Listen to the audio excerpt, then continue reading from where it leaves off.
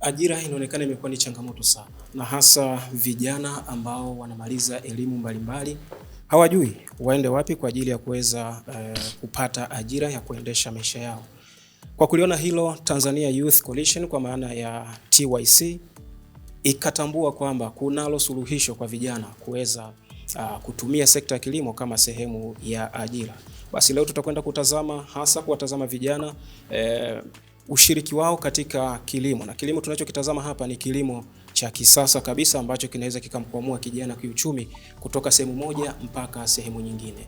Mimi ni Pascal Ikuo, niko na wageni wangu ambao tutakwenda kuzungumza hapa. Ninaye mtaalamu wa kilimo pale Bwana Raymark, atakuja kuzungumzia masuala mazima ya kilimo hasa kwa utaalamu wake pia ambao yuko nao, atakuja kutushirikisha, lakini pia mtaalamu wa masuala ya mnyororo wa thamani. Tutakuja kufahamu mazao kutoka shambani unawezaje kuyafanya kuwa na thamani. Mtaalamu wa masuala ya fedha hapa kutoka Equity Bank tuko naye hapa pia, naye atakuja kutushirikisha hasa wao kama Equity Bank wanashiriki vipi. Lakini mtaalamu kutoka SIDO hapa Bwana Mollel, Engineer Mollel, ni heshima yake hivyo, naye pia atakuja kutupa maelezo ya kina zaidi kuhusiana na namna ambavyo wao kama SIDO pia wanashiriki moja kwa moja katika kuhakikisha kwamba kijana huyu anajikwamua kupitia sekta ya kilimo. Nikianza hapa, nimekutambulisha kama Engineer Mollel, lakini hatujui unatoka wapi na nyinyi mnafanya nini. Karibu sana. Asante sana. Mimi kwa majina naitwa Nyangosi Meitalami na tokea SIDO. SIDO ni shirika la umma ambalo linahusika kuendeleza na kuanzisha viwanda vidogo na vya kati. Na katika kutimiza hiyo, SIDO inafanya kazi kupitia koo zake 4, ambayo ya kwanza ni masuala ya teknolojia ambazo zinaanzia kuanzia shambani mpaka mwisho wa mnyororo wa thamani husika. Kingine tunatoa mafunzo mbalimbali kwa ajili ya kuwezesha watu kuongeza thamani mazao mbalimbali yatokanayo na kilimo. Ya tatu, tunatoa mafunzo mbalimbali kuhusiana na masoko. Ya 4, tunatoa consultant kulingana na masuala ya fedha.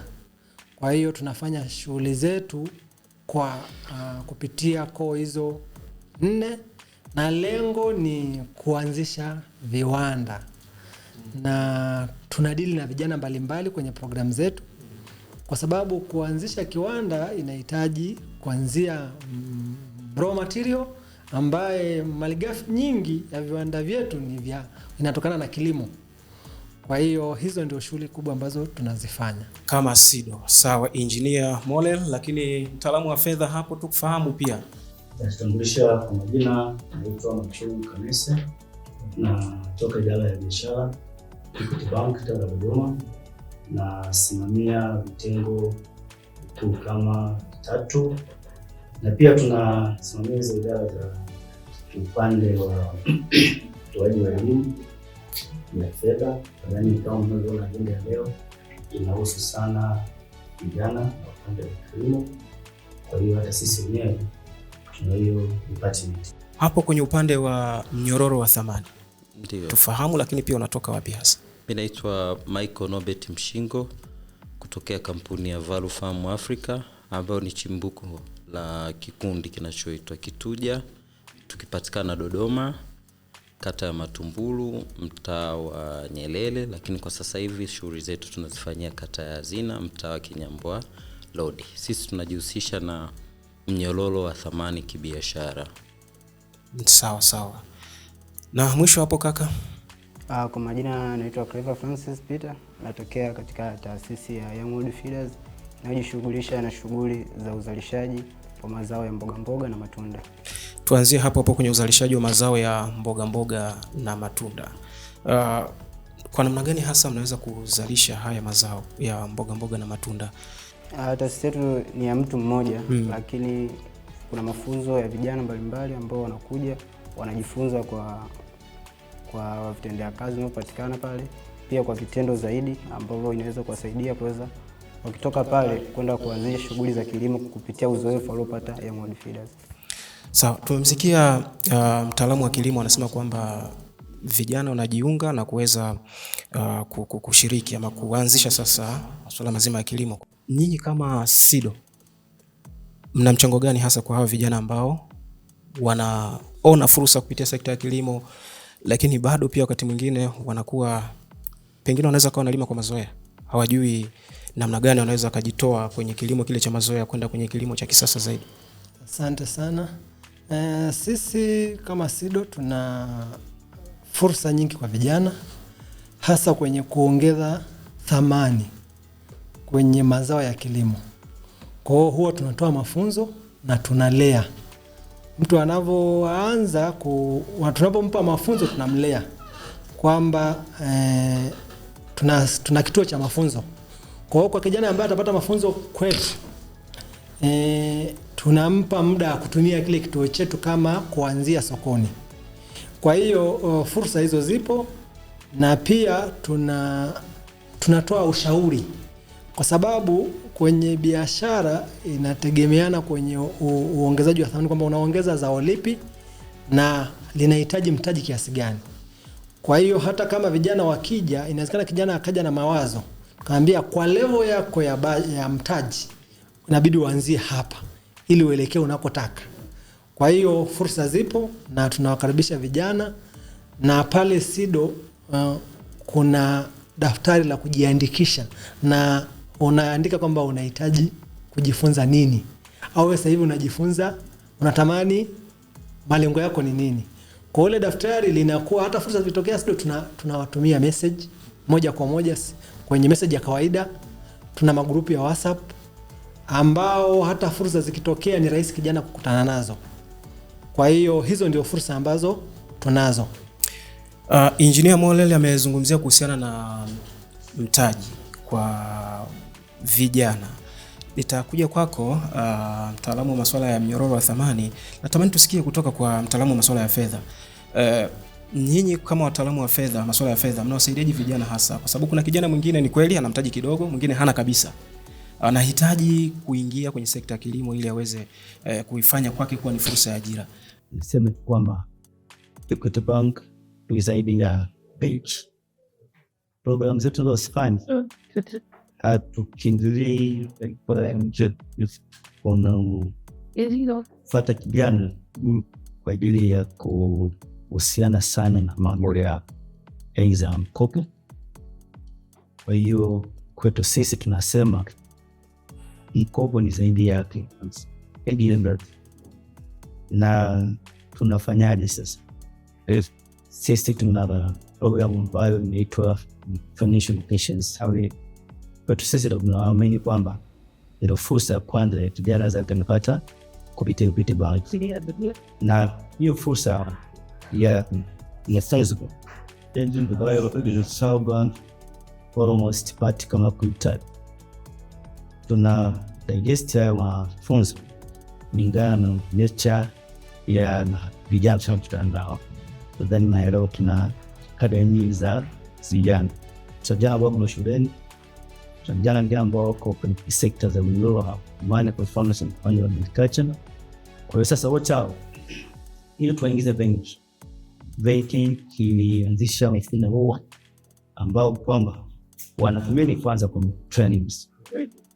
Kabla hatujopi chochote kile, lazima kijana get stories. Na ile ya fedha inaenda kukata course kama financial management. Mtaalamu wa kilimo amezungumzia kuhusiana na mazao ambayo anazalisha, na nyinyi wewe ni mtaalamu hasa kwenye eneo la kufanya kuweka mnyororo wa thamani, kwa maana ya mazao, kuchakata mazao, kuendelea kuongeza thamani kutoka shambani mpaka kwa mlaji wa mwisho ama mtumiaji wa mwisho. Uliwezaje kugundua kwamba hii ni fursa pia? Mimi moja kwa moja naweza nikasema kwamba nimepitia changamoto nyingi kama kijana, na kama kijana mwingine ambaye anatamani kuingia kwenye hizi fursa. Lakini baada ya kuigundua changamoto mojawapo, ndipo sasa nikachagua wapi nipite. Tunatofautiana kwenye mambo mengi. Ndio maana utakuta kuna mtu mwingine amejikita kwenye smart agriculture, kilimo cha kisasa, na kuna mwingine utakuta amejikita kwenye mnyororo wa thamani. Lakini yote hii inatokana na hiyo changamoto ambayo mimi nilikutana nayo. Kipindi hicho nilianza kuwachukia watu wa mabenki. nilikuwa nikisikia mtu anatoka benki yote ile, naanza kujiuliza, huyu mbona nikimfuata kule benki nikifika kwanza hata wanakuangalia, maswali ni mengi tofauti na wanavyoongea kwenye nini, kwenye umma. Nikaja kugundua kumbe ni mimi mwenyewe sikuwa na hayo maarifa ya kujua kumbe hata taasisi za kifedha hasitaki zimpe kijana pesa akaipoteza. Zinataka zimpime vizuri kwamba anawezaje akairejesha. Leo hii hata ingekuwa ni katika level ya familia, mtu anaweza akawa anataka kukupa pesa, lakini atakwambia tu, bwana hebu unaleta kitu gani kama dhamana. Nikagundua kumbe hata financial institutions zinahitaji pia dhamana. Na dhamana ile inasaidia mtu anayechukua mkopo ule kuona ni namna gani anaweka mkazo wa kuhakikisha kwamba anapambana ili kurejesha ile fedha ikasaidia na vijana wengine. Sasa baada ya kugundua hayo, nikaanza kuangalia wapi ninaweza nikaanza kufika huko na kupata ardhi ambayo itasimama kama collateral kwenye mambo yangu. Paka ukimbilia ni kijijini, mjini nisingepaweza kwa kipato hicho. Kwa mwisho wa siku tulipata eneo, na baadaye tukaja kugundua kabisa kumbe taasisi za kifedha ni rafiki kwa mtu ambaye ana nidhamu ya fedha. Na ndipo hapo nakuja kukili ule usemi unaosema mafanikio hayaji kwa pesa nyingi, ila yanakuja kwa uthubutu wa kuanza hilo jambo husika. Na kabla ya kuanza tulianza tukatafuta maarifa kwa SIDO. Hatukuwa nayo maarifa ya mnyororo wa thamani. Nimesikia kutoka kwa mtaalamu wa masuala ya mnyororo wa thamani, amezungumzia kilimo cha kisasa lakini pia kilimo cha mazoea. Tupate tofauti ya aina hizi mbili za kilimo. Anayelima kwa kisasa na anayelima kwa mazoea, tofauti yake hasa iko vipi hapo? Hapo tofauti kubwa inaweza ikaja kwenye masuala matumizi ya pembejeo na pia muda mtu anaotumia na vifaa anavyotumia kulima. Nikisema ukulima wa kizamani ni ule ukulima ambao mtu akinunua mbegu msimu, hiyo mbegu anaweza kaipanda misimu 10 mbele bila kubadilisha mbegu. Baadaye ndo anaanza kulaumu mazao mbona yanatoki vizuri. Huyo mtu atafanya kizazi chake wasipende kilimo kabisa. Lakini kilimo cha kisasa, maana yake mkulima huyu anatumia teknolojia, atumie nguvu kubwa sana shambani na anapata mazao bora. Hapo ikiwemo matumizi ya mbegu bora, ambapo mkulima kila msimu akibadilisha mbegu, maana yake anapata mazao mengi ambayo yanauzika kwa bei ya juu kuliko wale wa zamani walikuwa wanatumia mbegu moja misimu 10-15.